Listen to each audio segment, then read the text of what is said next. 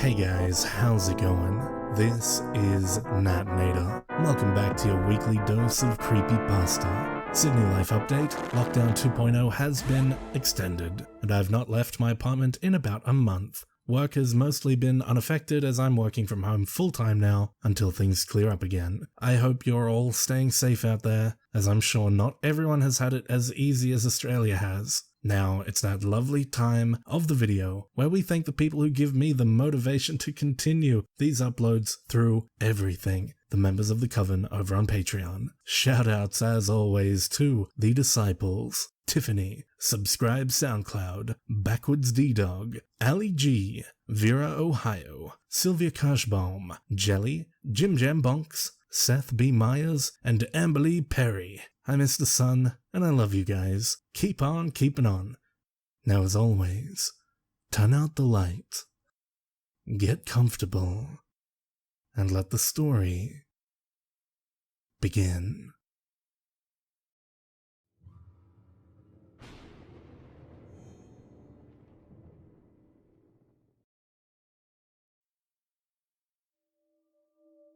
It all started when I was about 8 or 9 years old.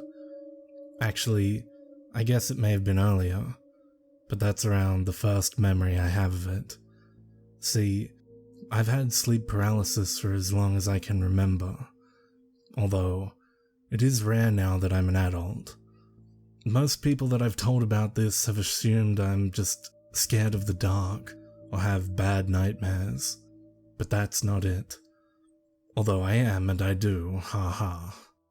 I have always had very vivid dreams. When I was dreaming, I was there. I could see, smell, hear, and feel. I was also a very adept lucid dreamer, having the choice to affect my dreams at will. That didn't work on nightmares though, and I often had nightmares before these episodes. Horribly vivid nightmares, almost every night. Dreams of falling, fire, death, being alone in empty space, but mostly monsters, and those were the worst. Some of them were your classic 80s slasher film icons, Jason, Freddy, etc. I think my mom let me watch those movies a little too young, along with reading Stephen King. But she's still my hero.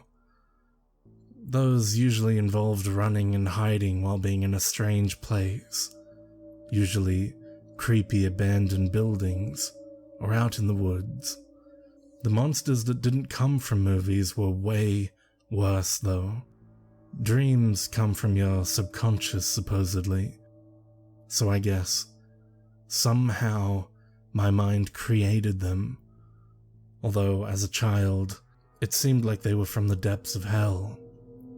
Twisted, grotesque things, sometimes vaguely resembling a human form, with missing limbs or too many, hideous faces with skin missing, or eyes hanging out of sockets. Some were not human at all, however. Giant creatures, with wings and razor-sharp claws and teeth. Black shadows with red eyes that would just stand in the corner and watch me while I went about mundane tasks like homework or watching TV. Sometimes I'd wake up before they got me. Not always. People say you're not supposed to die in dreams, but I have many, many times. I've fallen and hit the ground. I've burned up in fire, been stabbed and sliced. I've even had a dream where I was at a funeral that turned out to be mine. I didn't go back to sleep that night. Well, I'm not really scared of the dark per se, or even scared of the nightmares. I'm afraid of waking up in the dark. Let me explain what a typical night was for me when I was younger, and maybe you can start to understand. I would fall asleep in my bedroom with the TV on, mostly for light. The sound would be just loud enough to make out what they were saying. Sometimes I'd fall asleep on the couch with the light and sound coming from my parents' room before I had a TV in my own room. Then the dream would start. The worst one ever, which I had often. I don't know how rare recurring dreams are, but I feel I got more than my fair share, which would start with me waking up in my own bed. I'd be viewing as though from my own eyes, rather than third person, as a lot of dreams were. I'd look over at my alarm clock, and it would say 3:33 a.m. Always. Then the fear would start. I knew what was coming, but powerless to prevent it. I'd slowly place my feet on the floor and stand up while stretching and yawning. I'd start to head for the bathroom. Not sure how I knew the bathroom was my destination, as I'd never made it there. And I would trip on something. I crash on the floor, hitting my nightstand, causing my alarm clock to fall on my head and bounce to the floor. So I'm lying there, cursing myself and looking under my bed. There's nothing there, and I mean nothing. The meager light in my room should penetrate at least a few inches into the darkness, but it's like a wall of black shadow, an empty void, and I freeze with fear. Suddenly, two small blue orbs of fire appear, directly eye level with me. The eyes of some unknown being staring into my soul. Its breath was the worst part of it. I would see it and smell it at the same time. I only knew it was breathing because it came out in a fog, like when you're outside in winter, only it wasn't cold in my room, and the breath upon my face was cold enough to chill me to the bone. And the stench, ugh, it was as though someone took dead animal carcasses and dirty diapers and lit them on fire with 1,000 matches, like sulfur, burnt hair, and shit. My mind would be screaming, "Run! Hide!" But my body is frozen. I am hyper-aware. I can feel every muscle in my body tense up in preparation, but nothing happens. Then it grabs me. I see nothing. No limbs of any sort, but I'm being dragged under the bed. Then I'm in total blackness. I can feel its disgusting breath on my neck and hear my heartbeat, but my sense of sight has totally abandoned me. I don't feel arms around me specifically, but I am being held there.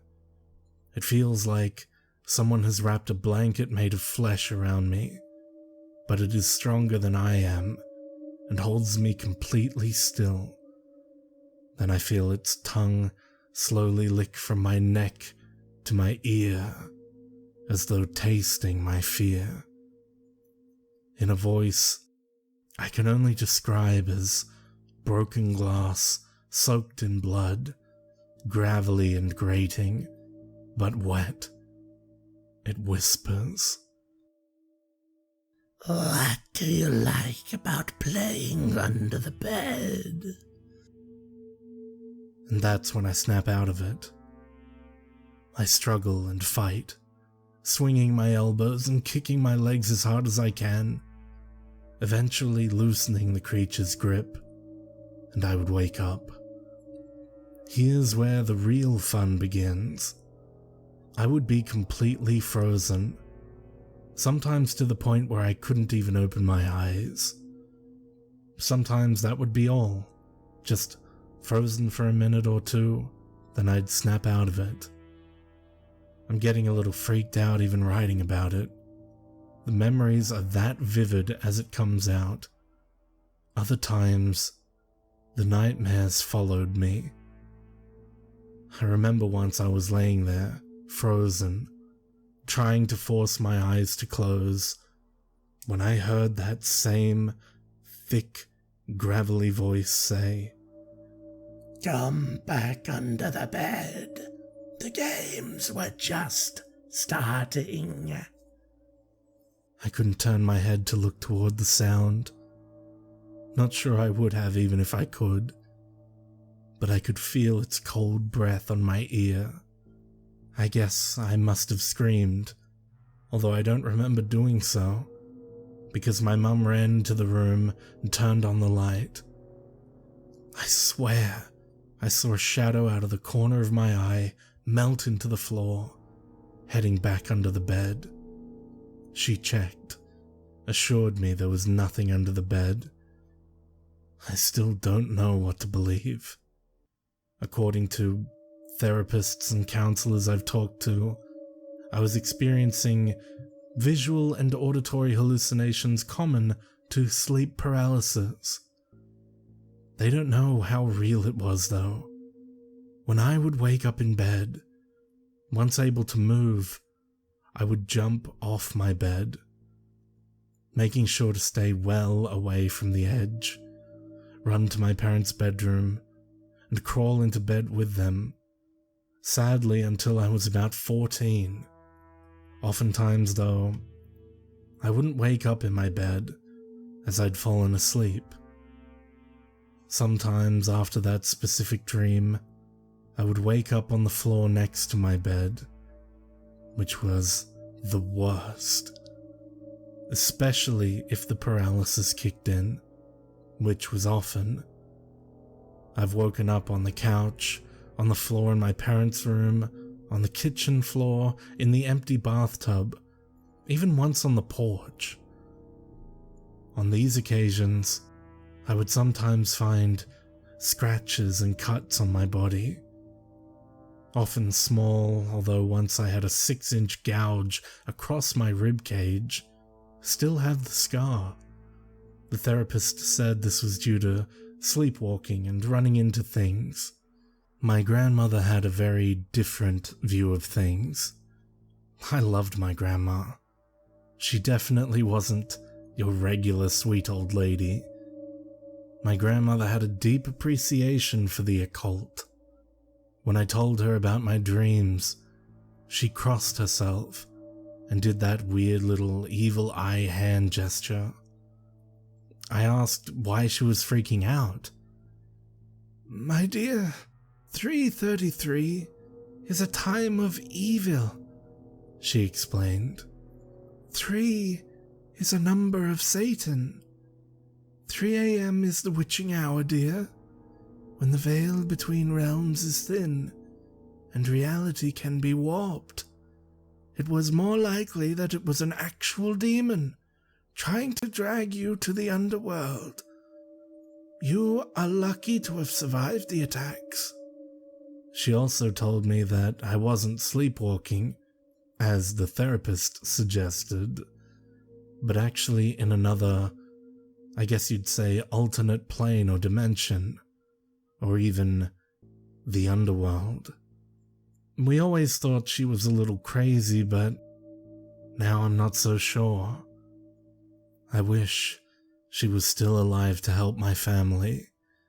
Recently, my 7-year-old son has been waking up in the middle of the night, right around 3:30 a.m., screaming about the monster with blue fire eyes. I was holding him after one recent episode, telling him it was a dream and he'll be okay. He kept repeating the word no. When I got him to calm down a little, I asked him why he was saying no. He said he doesn't want to play under the bed.